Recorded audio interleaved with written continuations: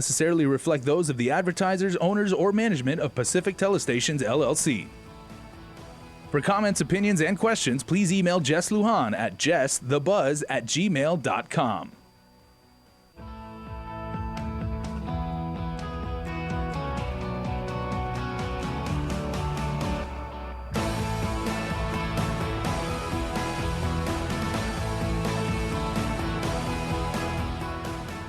The Buzz with Jess Lujan. Good evening, Guam. I'm Jess Lujan. Welcome to episode 3 of Political Self-Determination for Guam. Of course, my in-studio guest, Dr. Robert Underwood, President of the University of Guam and former delegate to Congress. Good evening again, Doc. Good evening. Maulik Toda. Maulik Toda. Let's talk about educating the community now in regards to this. That you just come back from the Department of Interior not too long ago. Department of Interior is granting us $300,000 basically, and I'm glad. I think that money's going to be funneled, I think, right to the University of Guam. I'm not sure. Some of that? Well, okay. You know, okay. We've had a couple of conversations about that. Well, that being said, how do we go about then to get this education out? Because, Doc, there is definitely a gap between the time that you started, of course, and you know, the world has changed. Guam definitely has changed.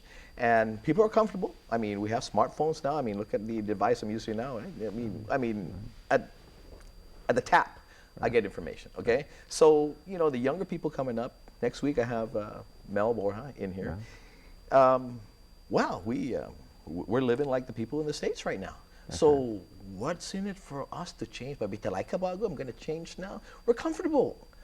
How can we use this $300,000 again to educate the people and say, hey, really your life will change if we do this? So, again, your view on that. Okay. My view on political development is it's a matter of self-respect, and it's a matter of self-governance. So the question is, how do we enter into that, and how do we, you know, I always used to tell people, you know, don't bet your next car payment on changing political status, because this is not about a lifestyle. Well, don't spend your war reparation yet, right? Don't spend your... This is not about a lifestyle issue. This is not about whether this is going to make you more comfortable or less comfortable. This is fundamentally about understanding your rights and your responsibilities as a human being, and even whether you have the right to determine whether you want to be a U.S. citizen, and if you want to continue to be a U.S. citizen, what conditions might be part of that bargain. So it's a huge undertaking. I don't think $300,000 is going to put a dent on it unless we use all the technology in the world. But then, of course, everybody can as well, so we'll get a lot of counter messages. But I think fundamentally, you know, since this issue was first discussed, we have, you know, some 35, 40 years has elapsed, and you know, I fully recognize the passage of time and the movement of people and all the things that go into that make fundamental political rights seemingly a non-issue at this time. Now, Doc, in regards to the roles of our learning institution, DOE, GCC, yourselves up at the University of Guam, in the education of our students in this, because again, as we previously said, you know, we live in a comfortable world right now. I mean, access, we have almost everything that's back in the States, we have it here now, okay? Now, but we also talked in episode 1 about some professors and some people wanting the Constitution prior to even a political change. So, don't we as well, I mean, in instructing our students, don't we as well have to instruct the teachers? Since we have a gap. There's been a gap on the learning process, okay? So how can we teach the students if at first the instructors have not been taught? Well, we have to articulate why we're having this process altogether. And what has happened is that I think that we've gotten into a grievance mode, where we're simply articulating a bunch of grievances under the logic of self-determination. But it's not about grievance. This is about basic rights. And so that's the distinction I would make.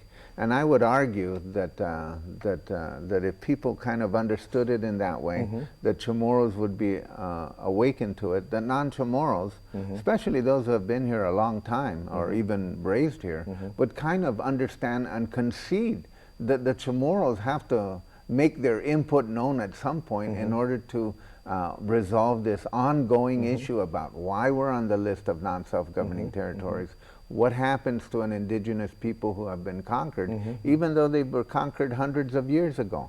And so the models of how to deal with that are clear. There's an issue of an election of self-determination, which you offer it to them. There's the other model, is to be like the American Indians. Is to kind of join a nation within a nation kind of model. You know, I reject that model. I just don't think that's a viable model for us. And I accept the idea that, you know, we ought to roll the dice. We ought to be clear on who has the major input into this, hold that election, have a period of education before it, and then we live and abide by the results. Yeah. Of that. Now, in regards to the education as well, we also have, you know, different parts of the community. We have, of course, we're talking about the folks, the younger folks who are going to school, you know, either, you know, of course, DOE, GCC, and UOG, but also within the older community. And the unfortunate thing is we're losing them at a fast rate. But you also have a community out there, our elders who were here during the war, of course, and we're very grateful for of course, the liberation, okay, of the atrocities that happened. And so you also, when you talk about political self-determination, you know, they go from the extreme of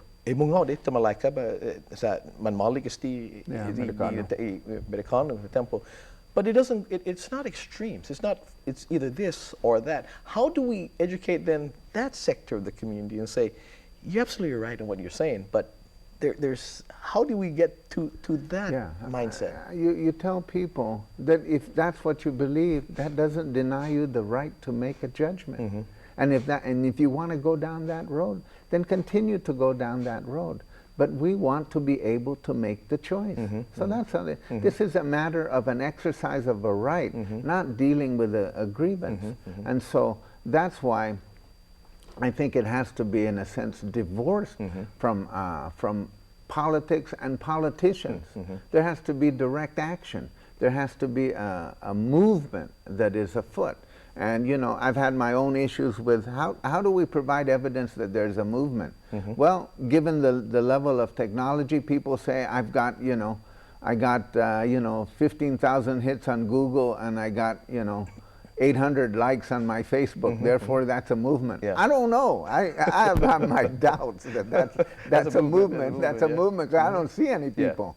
But if we're going to have a demonstration and the same 25 people come out, then we're in trouble. Sure. Now, we talked about this effort in Guam's quest for political determination, that it has to be championed from the administration, and not necessarily, of course, we're talking about governor, lieutenant governor. We're talking about administration, the federal government, of course, from the executive branch, right? Whoever the next president may be. Now, they could champion it. Now, what do you mean about their championing that rather than the Congress? Because they could champion this, but the fact remains is that should we, or when we have our day to vote and decide what we're going to vote for, it's a non-binding, of course, vote. Okay, it's a straw poll, basically, what we want. That process now will still have to go again to Congress, right? Do that. Now, are you saying when and if it's championed by the executive branch? Okay, now should they champion that also? That let's make this a binding vote? Well, we should. We should push for that. But I just want to make a distinction between, you know, don't make the legality of it and get in the way of real progress. Let's say we had a non-binding vote and 55% voted for independence. Do you think that would electrify things in Washington, D.C.? Absolutely. Absolutely. So even though it is not binding, it would have a desired effect. something's going to happen. Some fundamental shift is going to happen. So Next time the president comes, he'll be landing at A.B. Wambach International Airport, not up at the... that's right. So all these things, you will get the level of attention, the regard, the negotiation, whatever it is, and then everybody. That's the point, because it's a point in trying to provide evidence of political will, not political correctness, or, well, political correctness, not a legal point. It's not a legal point. This is about generation of political will. And we have never adequately demonstrated that. And I think it's there. Once people understand that we're talking about the exercise of our right to determine our future, not just dealing with all the unhappiness we have with land or collection of medicine or whatever it is that's, you know, those are always issues. There's always going to be unhappiness. But not to confuse that with the fact that we have a fundamental right as human beings, as people of the land, that we have inherited over hundreds of years to determine our future. And so once we engage in that, let's say the federal government, through a presidential initiative, acknowledges that and says, okay, go ahead and hold an election, it'll have a dramatic impact. You know, for the first time, people will say, wow, I'm going to think about this seriously. I'm not going to wait until the Commission on Self-Determination educates me. I'm going to educate myself. That's the distinction, you see. So I really have a fundamental belief that when you empower people, they will take power. But if you don't, if you constantly use the arguments that, well, you don't know what you want, you're ignorant, you're stupid, maybe you're not, and maybe you're just unhappy about this, why don't I just give you more money? Why don't I relieve you? Right?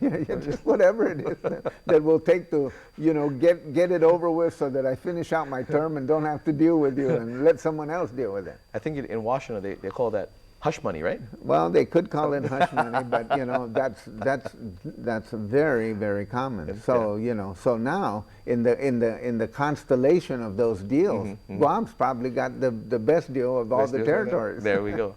Got to take a quick break, Doc. Sure. Be right back.